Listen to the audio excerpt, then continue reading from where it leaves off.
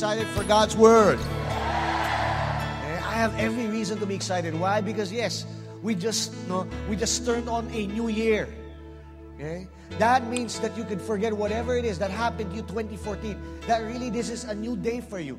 You have something to look forward in the future. It could be a new beginning for your life. We are declaring here at Destiny that we're going to enter a season of giving birth to our dreams, to putting into reality our ambitions or our dreams. No? And right now, as we prepare for the Word, I want you to pray for me. Pray tayo. Father, we just want to thank you, God, for this wonderful afternoon, Lord. And I pray, Lord God, that indeed this afternoon, Lord, you will just open our eyes and speak to each and every one of us. Lord, that indeed we're going to enter this year believing that new things will happen for us. That this is really going to be a new day, a new beginning, a new start. Lord, you said in your word to forget the past. And right now I'm declaring, Lord God, that indeed, Lord, we are going to let go of the past. We're going to let go of all the things that happened to us before. But we set our hearts on what you'll be doing for us this new year, this coming year. And so, Lord God, we just declare that, Lord, we will birth out our destinies. In Jesus' name, amen. Amen. Come on. Let's give the Lord a clap. You know, it's very napakahalaga that when you start the year, me and my wife, it has already been, kumbaga parang it is customary or kumbaga tradisyon na namin, nakagawian namin that at the start of the year, we really seek God for a word, a promise. I believe that is important. Kaya maraming tao, sometimes dumadaan ng isang buong taon, walang nangyayari sa kanila kasi in the first place, wala naman talaga silang sinimulan eh. Okay? Just last week, I was reading some tweets, and one of the tweets that I encountered was, actually it was a meme, okay? Telling the meaning, ano ba yung kahulugan ng salitang manigong dun sa bati na maligayang Pasko at manigong bagong taon. Have you ever wondered what that actually meant, no? Madaling intindihin yung first part, maligayang Pasko, di ba? You know what I'm talking about, right? Sino sa inyo narinig yun yung batiang yun, yung traditional na bati ng Pilipino? Maligayang Pasko at manigong bagong taon. You know, when I was younger, nung bata pa ako, I thought yung manigo ay ibig sabihin maligo. Maybe some of you also thought that way na parang, maligo sa bagong taon. Dapat lang, yung iba sa inyo baka hindi pa nagawa yun. Inipon nyo talaga yung putok nyo para malakas ang putok pag New Year. Pero I hope na you have passed that already, na bagamat hindi maligo ang ibig sabihin ng manigo, ay actually naligo ka nga nung bagong taon. At sana naligo ka din today. Tama ba? Anyway, okay, the word manigo, I thought before it meant parang Happy New Year. Parang maligayang Pasko at parang masayang bagong taon. Kasi nga, di ba, Merry Christmas, Happy New Year. So most of us probably think it is translated na ganun din. Parang Happy New Year rin lang yung katumbas sa English. Okay? Or maybe some of you interpret manigo. Siguro baka, parang, kasi isang batian din, Merry Christmas and have a prosperous New Year. Isang mapagpalang bagong taon. Maganda rin naman na i-declare mo sa isang kaibigan na mapagpala yung kanyang taon eh. But I was surprised to find out that the word manigo is actually malalim na Tagalog pala to. The word manigo actually comes from the root word nigo, which means, okay, tamaan ang inaasinta. Grabe, when I heard that, I was like, wow. And what manigong bagong taon means, parang sinasabi mo sa iyong kaibigan, pag sinabi mong manigong bagong taon, sinasabi mo sa kanya, nawa sa taong ito ay tamaan mo lahat ng iyong inaasinta. Hello? How many of you want that to happen for your life this year?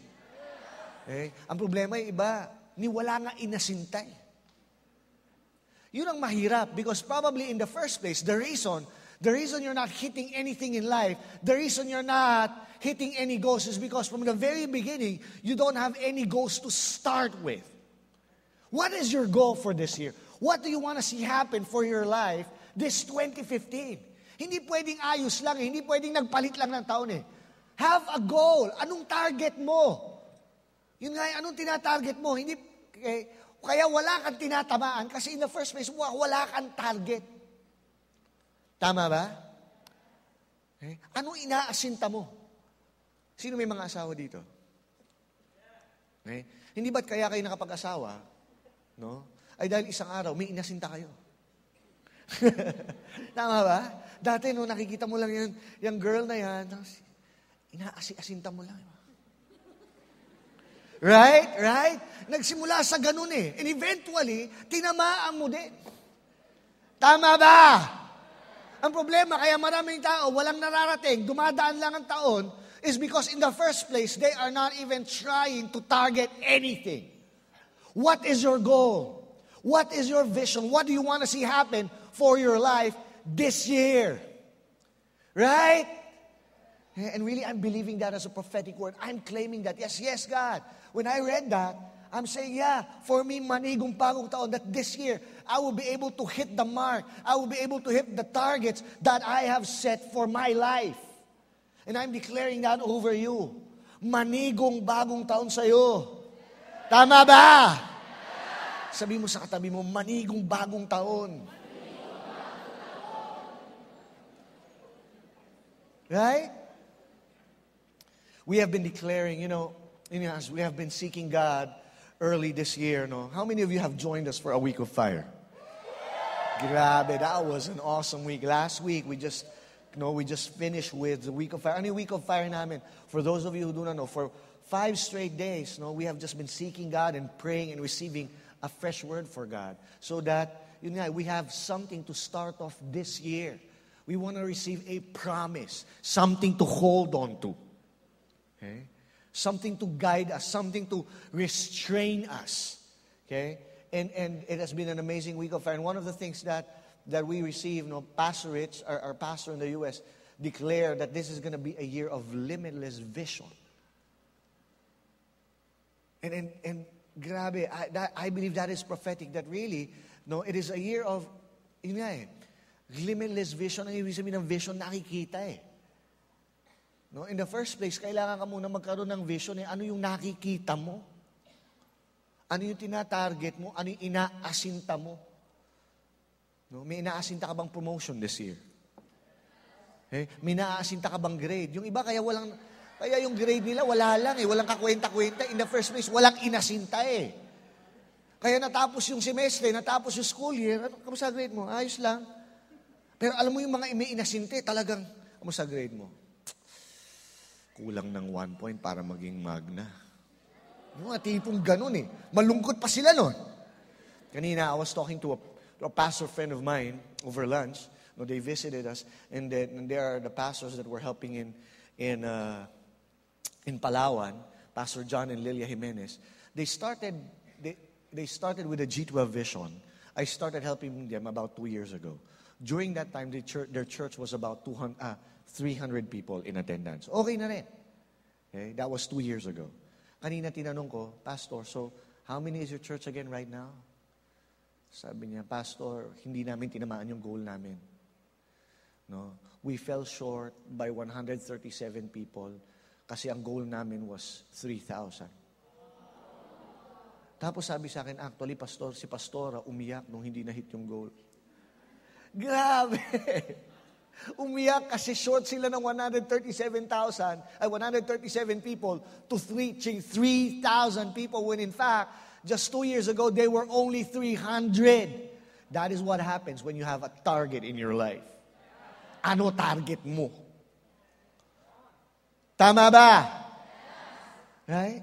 We have also been declaring that this is going to be a season of birthing. Birthing into reality yung mga pangarap natin, yung mga dreams natin.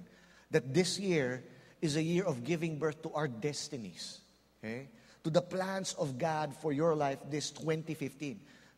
Na talagang maisilang, maipanganak, maisakatuparan. Na yung mga pangarap mo ay hindi manatiling pangarap lamang. Tama ba? In the first place, nangangarap ka pa ba? Some of us need to start imagining things again for our lives this year. Okay? Because some people have given up on this thing called imagination. My wife just recently got a gift for Christmas, and the shirt, says, what's that shirt? Don't stop imagining. Don't stop imagining. Incidentally, my daughter received the same kind of t-shirt. So last Friday, when my wife wore the shirt, sinuot niya yung shirt niya, sabi nung anak ko, Mommy, I have the same kind of shirt. May nagbigay din sa akin. So was it Friday? Both of them wore the same shirts together. Okay? Don't stop imagining. Okay? Ano ibig sabihin ng don't stop imagining? Yun na, don't limit yourself. Imagine the possibilities. Hello? Think, believe, aim, imagine, mangarap. And you know what's amazing what the Bible says about imagination? In Ephesians, sabi doon that God is able to give you more than you could ever ask or think or imagine. Grabe. I don't know if you got that. But what God is saying is that He can give you more than what you could ever imagine. Okay, let's start off with imagination. What can you imagine God for this year? Ano yung kaya na imagination mo? If you're single, ni wala kang boyfriend, ni wala kang naliligaw sa'yo, if you could imagine na this 2015, magkaka-boyfriend ka, that's a very good imagination right there. Some of you biglang nag-imagine na yan, no? That's what you can imagine. Pero ang sabi ng Lord, I am able to do beyond what you can imagine. So if you can imagine having a boyfriend for 2015, what God imagines is 2015, makakasal ka na. Grabe, beyond imagination. Tama ba? If you could imagine na this year, gagraduate ka lang, but what God is able to do in your life is beyond imagination. So, grabe, sa mind mo, gagraduate ako. Yun lang na-imagine mo. Pero sa mind pala ni God, di ka lang mag-graduate. Mag-graduate ka pa, pagkatapos, you are going to land in the dream job that God has planned for you. Beyond imagination. Right? But hey, it has to start with you imagining. Some of you, are even too lazy to imagine things for your life. What are you believing for 2015? Start off with that. Right? Tama, and we're going to give birth to those dreams. We're going to give birth to those imaginations. I heard somebody said that actually the word imagination actually comes from two words. Imagine nations. How many of you received that? Yung iba parang wala lang imagination. Ano yun? But for you who understand what I'm talking about, kasi nga, here's the problem. Some of you, okay, when you think about nation, the only nation that you know is the Philippines. Kumbaga parang, all your life, you've been placed in one corner, nakakahun ka na lang. And that you live in that corner, that piece in the world. Okay? And you don't go beyond that. But when you imagine nations, it means to break out, to go out of the box, lumabas ka sa kahon mo. Okay? And think about the possibilities. Right? What if this year you're able to experience really going out of the country? Tama ba? Even just for a tour. Why not? Imagine nations. Right? Amen? Amen? Why not? Okay? Anyway, as we go into God's Word right now, I want you to turn your Bibles to, samahan niyo ako sa John chapter 5, verses 1 to 8.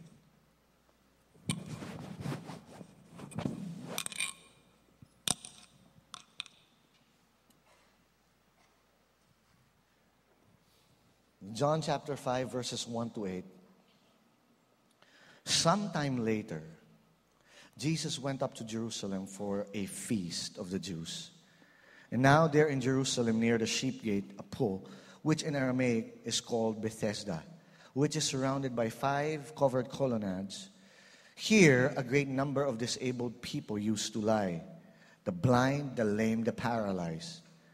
One who was there had been invalid for 38 years. When Jesus saw him lying there and learned that he had been in this condition for such a long time, he asked him, "Do you want to get well?" Verse 7 says, "Sir," the invalid replied, "I have no one to help me into the pool, and when the water is stirred, while I am trying to get in, someone else goes down ahead of me." And then Jesus said to him, "Get up, pick up your mat, and walk." This year, I'm declaring that we are not only going to give birth to our destinies, but we are going to give birth to the supernatural. We are going to give birth to the miraculous. Tama ba? How many of you want to experience the supernatural? When I say supernatural, I'm not talking about weird supernatural things, but I'm talking about, experiencing things in your life that you have never been. Going to a level that you have never really thought you can attain. Sino dito may gustong maabot? Na parang sa natural na mga bagay-bagay ay hindi mangyayari sa buhay mo. That the only way that it can happen is if a miracle happens in your life. Hello? Tama ba? How many of you want to experience something extraordinary, something supernatural? Kasi nga the problem is, a lot of us, we are so used to the natural eh. But I am declaring that this is also going to be a year of supernatural things for you. That this is going to be a year of miracles. That as Destiny Church, we are going to give birth to the miraculous. We're giving birth to miracles. Hello? Are you there? It seems this crowd hindi pa yata nag-lunch. Okay, I want to teach you something, okay? Some of you, I think you feel so relaxed in your seats, no? I want you to sit halfway. Okay? Meaning, sit on the edge. You know why? Because your positioning, all of a sudden, yung position, I believe I taught this before eh. Pag pumosisyon ka, no, yung physical position mo, okay, nagdidikta yan dun sa nagiging attitude mo. Pag medyo nakaslouch ka kasi, okay, pag pumwesto ka ng parang makakatulog ka. Have you ever noticed that? Kaya huwag ka mag-aaral na nakahiga. Right? No, it's funny, we always do that. Okay? Gaaral ako, higa ka. Guess what? Tulog ka! Kasi yung body mo, pinusisyon mo, hindi para mag-aral. Pinusisyon mo para matulog. Right? Okay? Kung right now, you're gonna position yourself that, hey, I'm gonna get this. I'm gonna receive this. Okay? Rather than,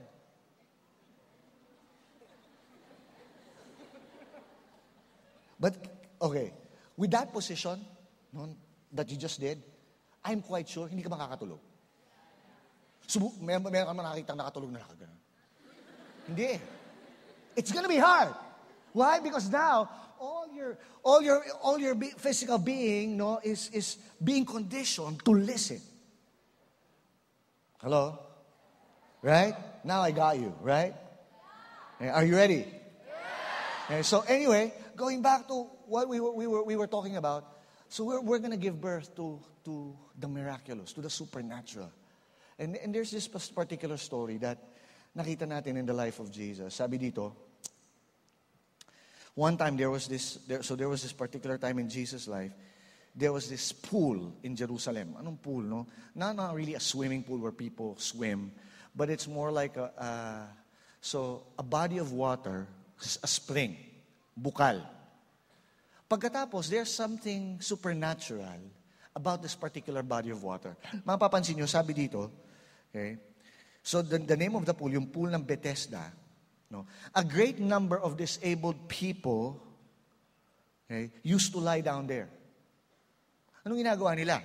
Marami daw tao na may mga karamdaman, may mga kampansanan, may mga sakit. Okay?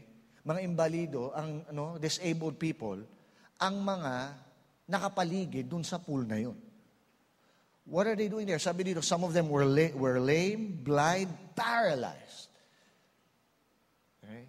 And let me tell you the background about that story, because the reason all those sick people, those disabled people are there is because there is a story, maybe a myth, a legend, that has gone a while that every now and then, meron daw angel that comes down, okay, and steers the pool, no? Hinahalo, no, yung tubig. And the story goes that the first one who is able to jump into the pool habang hinahalo nung anghel, no, yung tubig, ay gagaling. So, that's why you could just imagine hundreds of people. I don't know how big that area is. But you could just imagine, no, isang malaking, no, tubig, body of water, no, pool. Tapos yung mga tao nasa paligid nito, nag-aabang. Dun sa pagdating nung ang problema, walang makapagsabi kung anong oras o anong araw.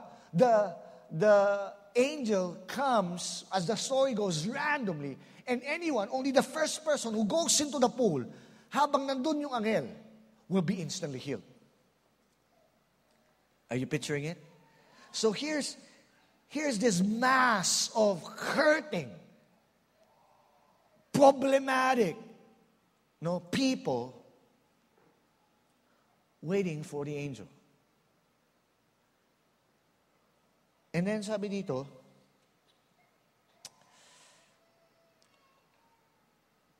one who was there had been invalid for 38 years. Now think about it for a while. 38 years. How many of you know that 38 years is a very long time? I cannot even imagine 38 years. I am 41. In other words, if I was that person, 3 taon lang sa 41 years kong buhay sa mundong ito, ang wala dun sa pool na yun. In other words, no, buong buhay niya, kung sino man itong taong ito, okay, buong buhay na siyang nandun. Okay? And no, he's been stuck there, and probably that is one of the greatest pains in life. It's when you are stuck. Here is a picture of a person being limited, being held back by what? By his condition. Yung kanyang kalagayan yun nga, paralitiko daw ito. In other words, hindi ko alam yung extent ng paralysis niya. No? For sure, hindi siya makalakad. But I don't know, maybe he can't even move his arms. Is it possible that he's paralyzed from the neck down? Na ang nagagalaw niya lang talaga yung ulo niya, yung bibig niya. And as a result of that condition, no, pagiging paralitiko, okay, na-stuck na siya doon. Dinideclare natin that this is gonna be a year of limitless vision. Anong opposite ng limitless? Limited. Have you ever been limited? Has there been things in your life that limited you? Maybe we never even thought about that, but could there be people in your life, people that have caused you pain, and that pain, that hurt has limited you? Could there be words that have been spoken to you that all this time, dahil doon sa mga salitang binitawan ng mga taong yun, maaaring mga taong malapit sa iyo, mahal mo sa buhay, kaya lang may binitawan silang masakit, inalimit ka nung salitang yun. Sabi sa iyo, hindi mo kaya. And for the last, 5, 10, 30 years, those words have haunted you and kept you at bay, limited you. It limited your vision. Okay? Posibleng circumstances. Posible ba na hinayaan mo na ang kahirapan, ilimit ka? Talagang naman nakakalimit ang kahirapan eh. Sa mga taong magpapalimit. Hello? Napansin nyo maraming mga taong mayayaman, dating mahirap. In other words, hindi nila hinayaan yung circumstances nila sa buhay na ilimit sila o pigilan sila. Ang hirap nung malimit di ba? Yung mapigilan ka. Ito yung picture na meron kang gustong gawin. Okay? Have you ever had a time in your life you want to do something? You want to do something big, something great. And then, napigilan ka. Okay? You know you were destined to do this, and you're excited, and then,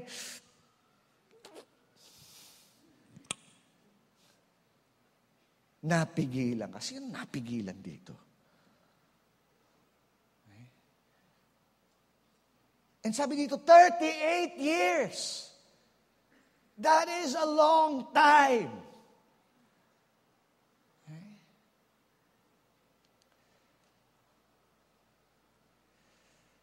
Now, here's what happens next.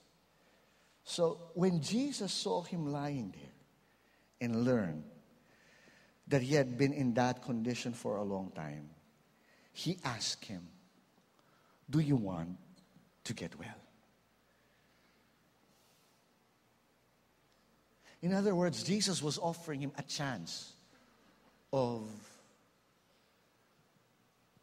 a totally new life.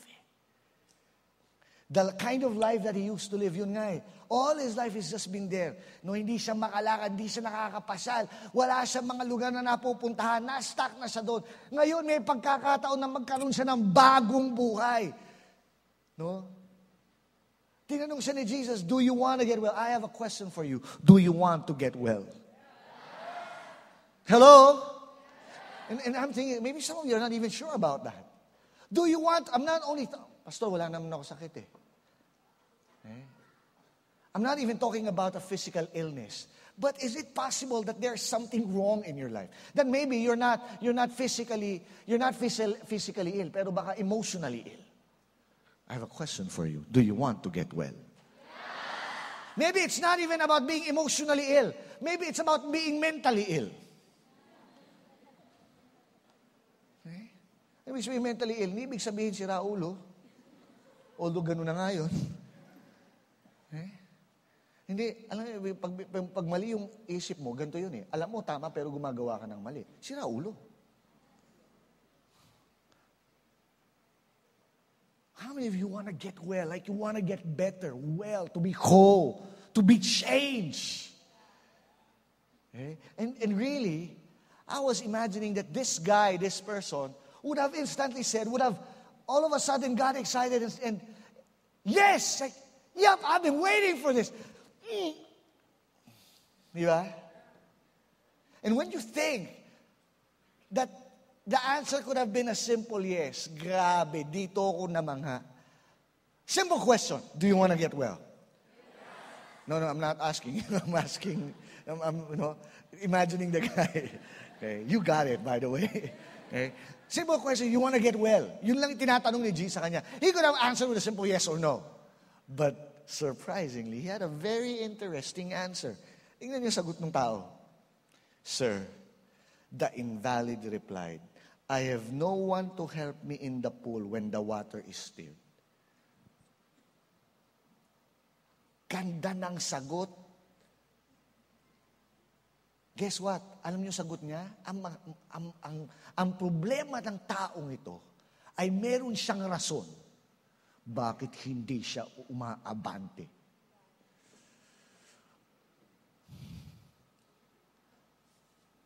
Hello? Meron siyang napakagandang dahilan bakit hindi siya gumaling-galing. Bakit hindi siya makawala dun sa kanyang kalagayan. Ang ganda ng rason. Okay? Hindi kaya hindi ka makaabante minsan sa buhay kasi may dahilan ka. Parang gusto kong ilagay yung pangalan mo dito. Hello? Is it possible that some people are not able to move into their lives, to move, to advance, to go to the next level, is because they always have a reason why they're like this.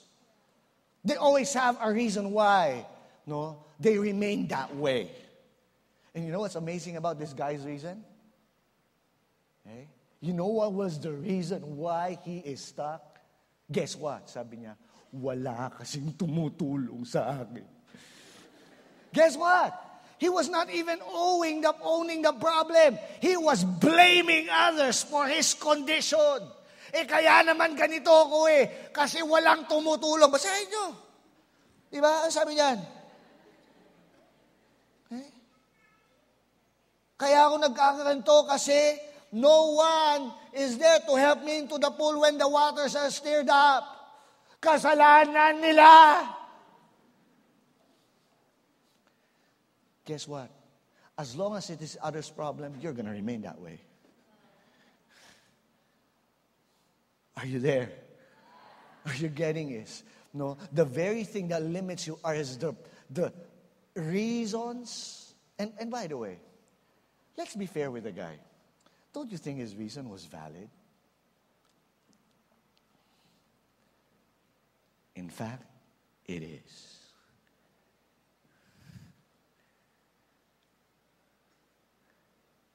Your reasons for you not growing, not being excellent, may in fact be even valid in terms of logic. But as long as you have reasons, you will not grow. You will continually be stuck in that aspect of your life.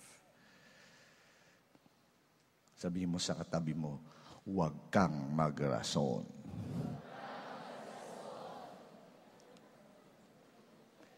Tama ba? Huwag kang magdahilan. Hello? Are you getting this? Don't blame your boss. Don't blame your mom. Don't blame your parents. Don't blame your wife, your husband. Okay? It's true, they may even have caused some problems in your life. They may even cause you pain. They may have caused some kind of bitterness over your life. But still, you cannot keep on blaming them for your present situation. Because if you don't own it, you're gonna be, you're just gonna be a victim all your life. Alam mo, sabi ng taong ito, biktima lang ako. Biktima lang ako ng maling sistema. Sana, siguro iniisip niya, mali talaga eh. Kung sino yung unang pumila dito, matagal na akong gumaling eh. Maling sistema, social injustice. Siguro isang araw, mayroon na siyang mayroon na siyang placard doon eh.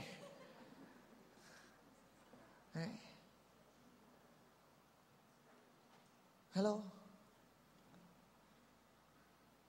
Sabi niya, no one, that is a very, that thing, blaming others, is the number one limiting factor in your life. You keep on blaming things and circumstances. That is your biggest limiting factor. It doesn't stop there.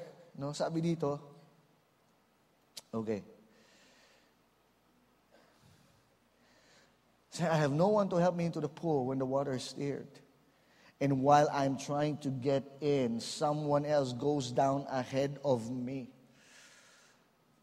I like this. I like the way he reasons out to Jesus. Not only does he blame others, he in fact tells this very subtle word, trinay ko naman eh.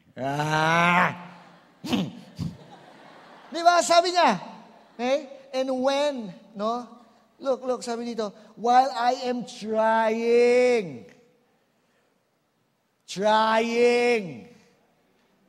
Di ba? Minsan yun ang rason natin, bakit hindi tayo, sinubukan ko naman, I tried. No? Some of you, your song, I did my best, but I guess my best wasn't good enough. And that song is so prophetic. Look at the song. So here we are, where we were before.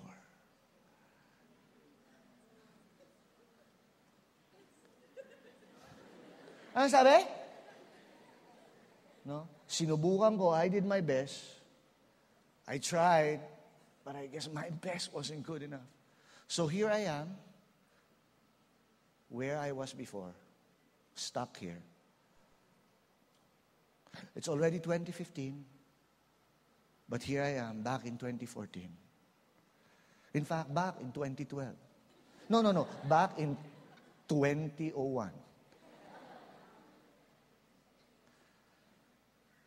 Ano sabi doon? Ano yung katuloy ng kanta? So here we are back where we were before. Because nothing ever changes. We're back to being strangers. Ayan! Ayan! Alam nyo na. Di ba? Huh? Just once. Okay? Anyway. Di ba? And grabe. Sometimes these are the things that limit us. When you keep on reasoning about blaming others, then you keep on reasoning, I did my best. I tried. No, it's not I didn't do anything. Sabi, when I was trying, I gave it an effort. But even before I could jump into the pool, somebody else goes ahead of me. Hello? Now, I want you to picture this guy, di ba? Kunyari ito yung pool, no? Kunyari ako yung paralyzed. Ito yung pool. 38 years! Can you imagine 38 years? All I ever do is this. Tumanda na ako dito. Tapos yun nga ano mga kasama ko doon? Mga kapwa ko, mga may kapansanan, mga may problema sa buhay. Alam mo, na-realize ko, napaka-depressing ng lugar na yun. Puro mga kawawa, Tapos, ang problema, yun ang mga kakwentuhan mo, kawawa tayo.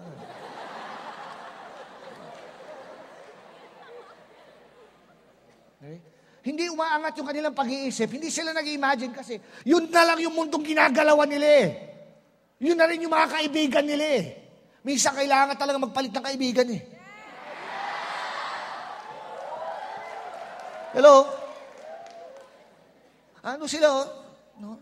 Pagkatapos, ito yung kalagayan, sabi niya, every time na kasi nga, paralyzed eh.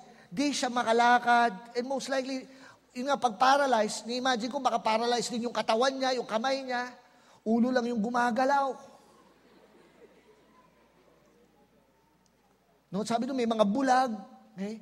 Siguro may mas advantage pa yung bulag eh, bagamat hindi nila nakikita pag dumarating yung anghel, pero alam niyo, mga bulag, matitindi pandinig yan eh. Naririnig na nila. Mayroong hangin. So yung mga bulag, parating pa lang, nararamdaman, yan na, talunan na sila. Kaya nga minsan, yung iba sa kanila, nagtitrip lang, ginagalaw lang yung tubig. Shhh! Yung mga bulag, talunan.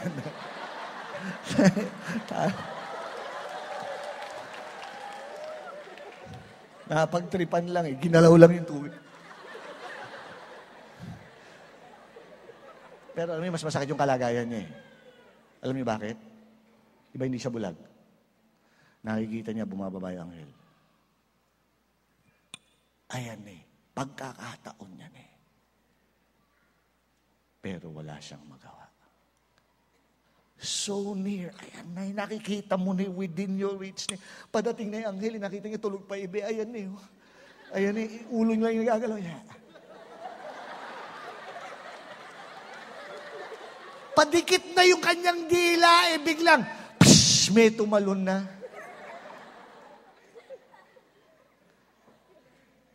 Hello? And sometimes we feel that our situations can be like that. It can be hopeless. Okay? And we don't really even know why that has happened to him. What caused his paralysis? When he was young, could have somebody dropped him when he was a baby and end up being paralyzed? If let's say he's about 70 years old, is it possible about 20 years back he suffered a stroke that left him paralyzed all his life? Or maybe he was beaten up by a stepdad, At nung malingham pa sa kanya, na-paralyze siya, nabali yung buto niya sa likod. And all those pain, more than the physical pain, is that emotional pain has caused him to be like that.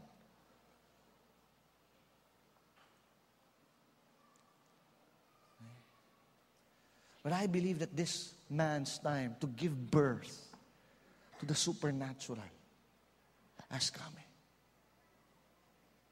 Okay? Let me just give you 3 ingredients of giving birth to the miraculous, giving birth to the natural. Alam yung problema, nakita ko isang problema ng taong ito. He wants the supernatural to happen in his life. Tama ba? Gusto niyang gumaling sa pagiging paralyzed Wala nang ibang paraan walang medical breakthrough na makakatulong sa kanya especially nung panahon na yun Talagang milagro na lang, talagang supernatural na lang yung posibleng mangyari para kay siya gumaling. He was aiming for the supernatural, but could you believe he was doing a natural strategy? Could it be that the reason you are not moving, that you are stuck in your life is because, yes, you have a supernatural dream, but you have a natural solution. You have a spirit-born idea, but your strategy is of the flesh. Hello? Yung strategy niya, yun mauna. Na maitulak siya, makatalon siya. And let me just give you 3 ingredients to birthing the supernatural. Ito nakita kong pattern ito for almost every miracle that Jesus did in His lifetime. There's always these conditions that allowed people to move into experiencing a miracle from God. And I don't know about you, but I want to see the miraculous. I want to see the impossible become possible. Tama ba? Tama ba? It's good to know. It's good to know when things happen on a natural way. But it's another level na yung mga bagay na parang imposible. Maging posible. Anong imposible sa'yo? Anong imposible sa'yo? Posible ba na maging yung imposible na yun yung imposibleng yun maging posible sa buhay mo? Na yung parang hindi ma-attain, hindi mangyari, makamtan mo. 3 things. Number 1. Okay.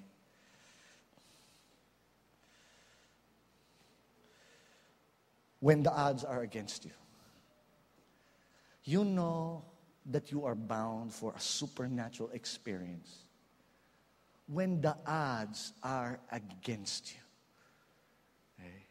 What do I mean by the odds are against you? Hindi, yung mga bagay na nangyayari ay para talagang hindi ka man lang mapagbigyan parang walang favor Parang, kumbaga, the odds are against you, labang yung kalaban Now, look at this. This has been a pattern in the Bible. David versus Goliath. The odds were, basically against David. He was a shepherd boy. He was up against what?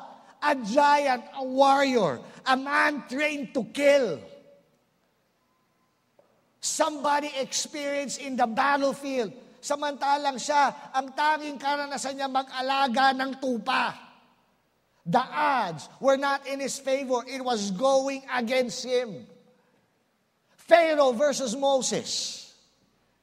What are the odds na si Moises, isang matanda, 80 years old na lolo, ay mapapalaya niya yung kanyang bayan na 450 years nang inalipin ng pinakamakapangyarihang bayan sa mundo nung panahon na yon.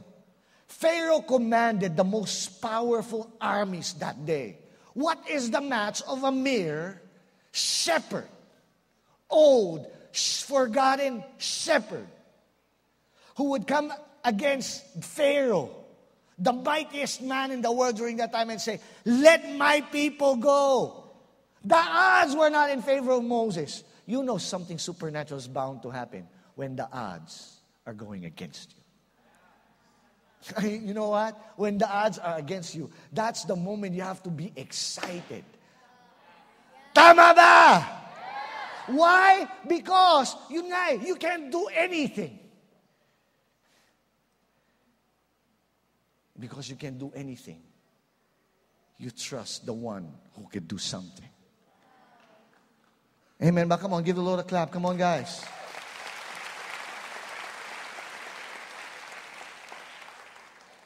Hello? When the odds are basically against this guy, yun nga Even before he's even able to go there to the pool, to jump into the pool, somebody always makes it first. He's paralyzed. Sa tingin niyo ba yung bulag tutulungan siya? Hindi, the bulag wants to see. Okay, every man for himself. Hello?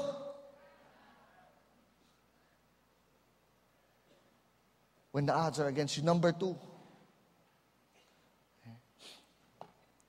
That's dead. Can somebody charge it for me? Power bank. Sige, just charge it for a while. But don't worry. I know my notes. Okay. Number 2, when then there is what you call a sense of urgency. But I need that later. When there is a sense of urgency. A sense of desperation. When do you know that the conditions for birthing the supernatural are right? Not only when the odds are against you, but when there is a sense of urgency. Okay? When there is a sense of desperation, kailangan dumating ka sa punto na desperado kayo. Alam niyo yung problema doon sa kaibigan natin, doon sa kwento dito, itong lalaking ito. Nawala na yung kanyang desperation eh. Sa bagay, hindi mo na siya masisi. 38 taon na siyang ganon. Maaring ang nasanay na siya. Maaring ang posible ba merong mga pagkakataon. Nakita niya padating na yung anghel. Tiningnan niya na lang. Nawalan na siya ng gana. Hindi na siya na-excite. No? Ayan na, pinapatawag na naman yung mga single ladies. Magbabato na uli kasi ng bouquet. Sige na, ayan na.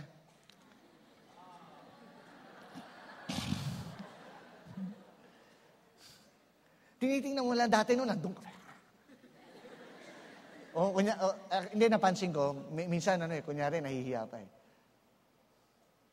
Hindi kayo na. Sana sa akin mapunta. Hello? O yung promotion, ilang beses ka na nilampasan eh. Dati, medyo nasasaktan ka pa nga eh. Pag medyo nalampasan ka ngayon, parang ganyan naman dito eh. Palakasan lang eh. Okay. Dati nun, pag graduation, parang graduate. Grabe, ilang semester na yun. Hindi ka pag-graduate. Ayos lang. Nawala na ng urgency. Ano yung urgency? Yung urge na dapat ngayon eh. Alam niyo yung kwento ni Bartimaeus, yung bulag? Nung dumaan si Jesus, no? Grabe, you know that there was a desperation and urgency. When he was blind and when he found out that Jesus was passing by, he began to shout, Jesus, Son of David! Eh, sinabihan siya ng mga tao, shh, ingay mo, tumahimik ka nga. Ano sabi sa Bible? Mas lalo siyang nagsisigaw. All the more he cried out. You know why? He knew it was his time. He will not allow Jesus to pass him by that he is not experiencing the supernatural. Tama ba? Huwag mo hayaan dumaan yung 2015 na walang urgency na hindi. Gabi, tumaan ng 2013, 2014, 2015, hindi na! Iba sa inyo, hindi desperado eh. Hanggat hindi ka desperado, walang mangyayari sa'yo. Sabi yung maging desperado ka. Hanggat hindi ka desperado sa pagbabago, hanggang diyan ka na lang. Hanggat hindi ka desperadong umungat sa buhay, mananatili kang mahirap. Hello? Tama ba? Sabi mo sa katabi mo, maging desperado ka. Pangatlo, tapusin na natin ito. Okay? Can somebody come up? Number 3. So ayun na nakakondisyon na And by the way, that is why Jesus, I think that is what he was trying to do with the guy. He was trying to steer the guy up. The odds were against the guy. Everything was not working in his favor. Yes, it's true, he had no one to help him. That is true. Yes, it's true, he even tried, but his best effort hasn't landed him anywhere. The odds were against him, praise God. But his urgency and desperation, I think he lost that already. That's why rather than just simply saying Jesus, nung tinanong siya ni Jesus, do you want to get well? He could have just simply said, yes! Yes! No, he had reasons. He had things to say. Nawala na yung urgency, nawala na yung desperation niya eh. And that's why Jesus was asking, do you want it? Do you want it? I could see, now, grabe yung compassion ni Jesus, sabi, and when Jesus learned that he has been in that state for such a long time, he had to ask, hey, gusto mo bang kumaling? Gusto mo bang makalaya dyan? Gusto mo bang umalis sa kinalalagyan mo? Gusto mo bang makawala sa limitation na yan?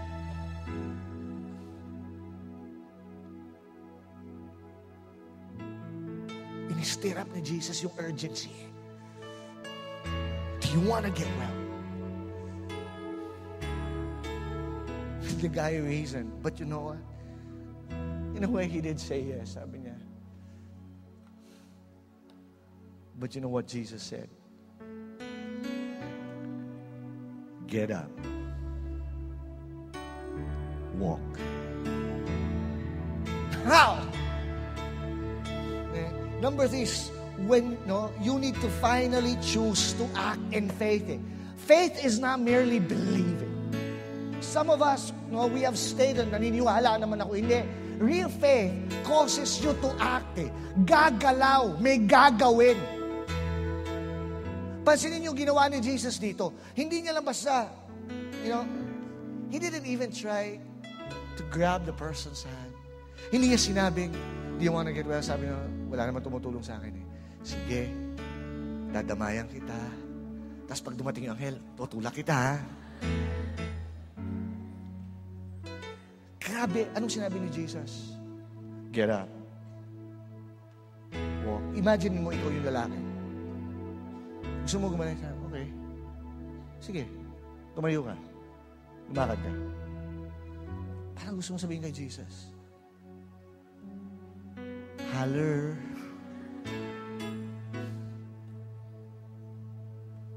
Di mo nga, paralitiko nga ako eh. Tapos uutusan mo ko na tumayo at maglakad. Get up! Walk. Walk away from that. Walk away from that situation. Get up! Walk! Get away from that.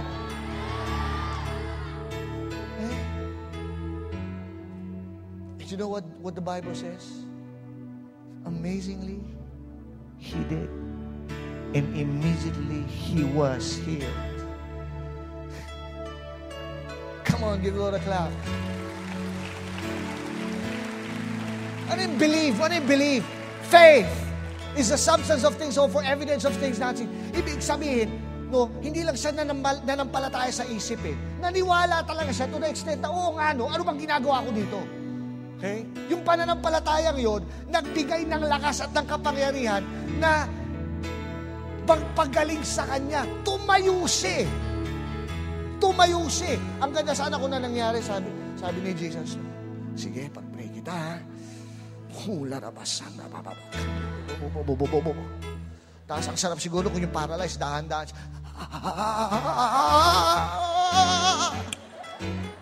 Hindi. Ano nangyari? Paralitiko, get up, walk. Oo nga, no?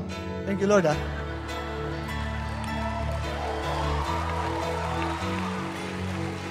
Hindi, may isa ang problema sa'yo, ayaw mo iwanan, eh.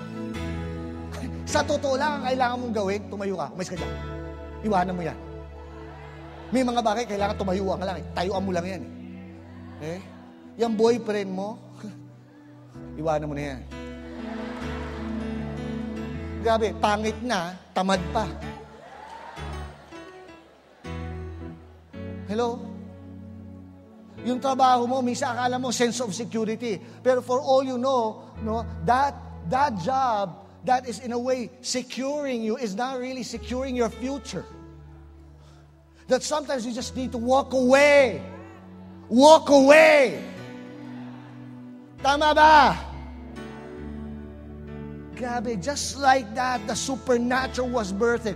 This man who's been in bondage, in that sickness, in that condition, for the last 38 long years in his life, was free because he took Jesus on his word. You know what? He just walked away. Walk away. Walk away. Okay? Sometimes, tingnan mo yung kama mo, you need to walk away dyan sa kamang yan. Grabe. No? Ilang beses na yung kamang yan, ang sanhi ng pagbagsak ng grade mo. Walk, tumayo ka. Walk away! Tama ba? Yung barkada mo na wala namang ginawa, kundi maling impluwensya, palagi ka lang hinahatak gumawa ng mali. Palagi ka hinahatak sa mga bisyo na parang ubos oras lang. Hindi, minsan kailangan sabihin mo, pare, sorry, I have to walk away.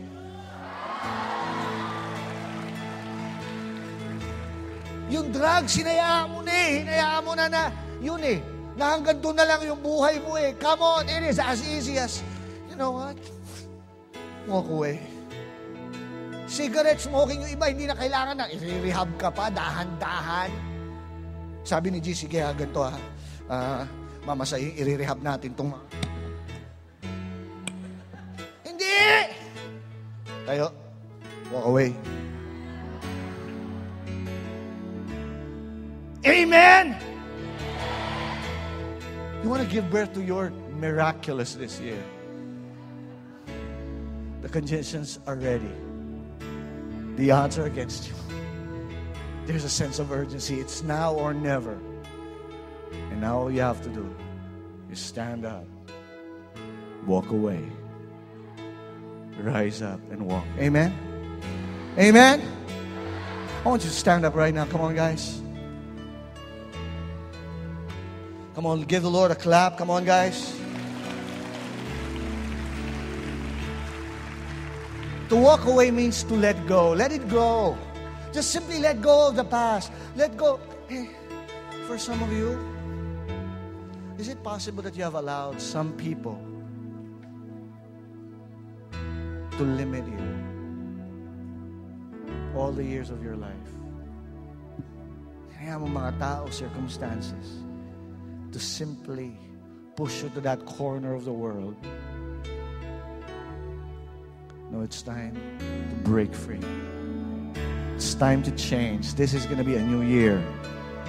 Amen? Amen? And sometimes, no, it's a two-way thing. Sometimes, there are people that leave you, but the problem is, ikaw yung ayaw mag-let go I think last year, probably middle of last year, I came across one of the preachings of T.D. Jakes. Bishop T.D. Jakes, one of my favorite preachers. And there's this preaching that was circulated in Twitter and in Facebook. And I took a snapshot of it. And it's just amazing. Babasahin ko sa inyo. I just remembered it while preaching this message kanina. And, okay. And I want you to help me out in this. Pakinggan nyo to.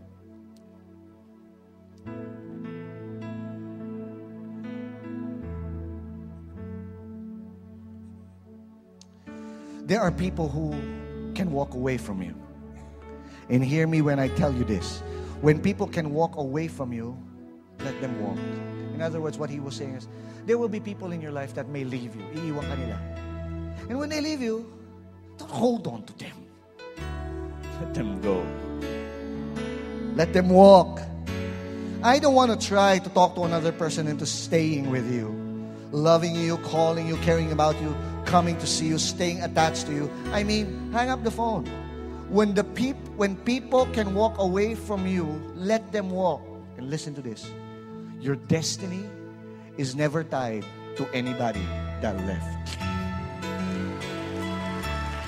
Your destiny is not tied to any person that left. Okay? Yeah, it's bad. We feel sad for all those people who left us, betrayed us. Okay? I've experienced that so many times as a pastor. I had people, dear people, close people, disciples, that I helped leave. Okay? But I realized one thing. My destiny was never tied to anyone who left me. Hello? Ang tadhana mo hindi nakatali sa taong iiwanan ka lang. Tama ba? The Bible said that. They came out from us that it might be made manifest that they were not for us. For they had been of us, no doubt they would have continued with us. I like this. People leave you because they are not joined to you. And if they're not joined to you, you can make them stay. Let them go. And it doesn't mean, now, let's be fair. It doesn't mean that they are a bad person. It just means that their part in the story is over. And you've got to know when people's part in your story, in your life is over, so that you don't keep trying to raise the dead. Huwag mo na daw buhayin yung patay. Pag ginawa mo yun, zombie ang tawag doon. You've got to know when it's over. Let them tell you something. I've got the gift of goodbye, sabi niya. I have the gift of goodbye. It's the 10th spiritual gift. I believe in goodbye. It's not that I'm hateful. It's that I'm faithful. I know whatever God means for me to have, He'll give it to me. And if it takes too much sweat, I don't need it. So stop begging people to stay. Learn how to say goodbye. Bye 2014. Bye. Diba? Bye 2014. Don't make 2014 stay. Yeah, okay. So you let them go. Here's what we're going to do. I want you to preach to yourself. Every time I pause, that is your chance to say, to shout, let it go! Bakit yung sabihin nyo, let it go! Let it go! Go! Okay. Every time I pause, it's your chance to say, let it go. Are you ready? Okay. If you are holding on to something that doesn't belong to you and was never intended for your life, then you need to let go. If you're holding on to the past hurts and past pains, let go. If someone cannot treat you right, love you back, or see your worth, let go. If you're holding on some thoughts of revenge or vengeance, let go. If you are involved in a wrong relationship or addiction, let go. If you're holding on to a job that no longer meets your needs or your talent, let go. If you have a bad attitude, let go. If you are lazy, let go. If you keep on judging others to make you feel better, let go. If you're stuck in the past and God is trying to take you to a new level, let go. If you're struggling with the healing of a broken relationship, let go.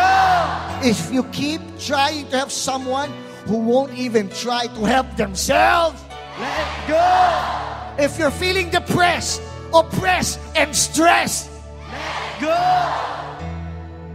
If there's a particular situation that you are so used to handling yourself and God is saying, take your hands off it, then you need to let go. Let the past be past. Forget the former things. God is doing a new thing for 2015. Get right, get left, think about it, and then come on, let's give the Lord our best clap.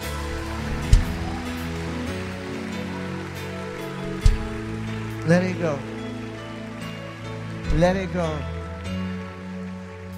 Let go of your addictions. Let go of those things that have been holding you back. It's time to give birth to destiny. It's time to give birth to the supernatural. Come on, let's worship the Lord. Come on.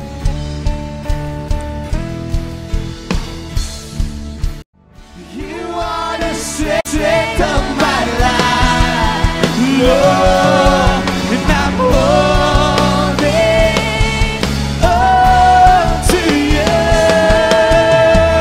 You are the strength of my life, Lord. It doesn't matter what may come my way.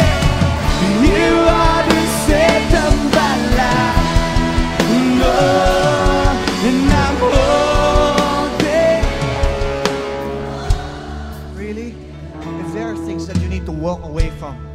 that really you just need to stand up. All you need to do is stand up. It is as easy as that. Can you imagine this guy? He just needed to stand up. He didn't need to reason out. He didn't need to justify. He just needed to stand up and walk away.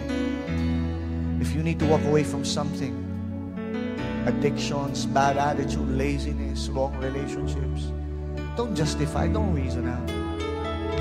Just walk away. Just act in faith. If you're that person, just raise up your hands right now. Father, dalangin ko po, Panginoon, that this year, no, yung mga bagay na kailangan na po namin iwanan, yung mga bagay na pumigil, humadlang, Lord God, para Lord God, malakaran namin yung destiny namin, malakaran namin yung purposes namin, Lord, right now. Lord, right now, iniiwan po namin. I declare freedom from all addictions, laziness, freedom from hurts. In the name of Jesus. Right now, you need to choose to forgive those people that have hurt you. You can never do anything about those things anymore. All you can do is forgive, and it's going to set you free. Set yourself free right now. Set you free from that pain. Set yourself free from that memory. You don't need to hurt yourself with that memory. You don't need to be stuck with that memory. Set yourself free. Father, I declare freedom and healing. Healing of all emotions right now in Jesus' name. In Jesus' name. And indeed this year, Lord God, I declare isang manigong bagong taon na we will hit the things that we have set our eyes on, that we will hit the mark, the target for our lives this year. In Jesus' name, amen. Amen. Come on, let's give the Lord the best clap. Come on, guys. Come on, people.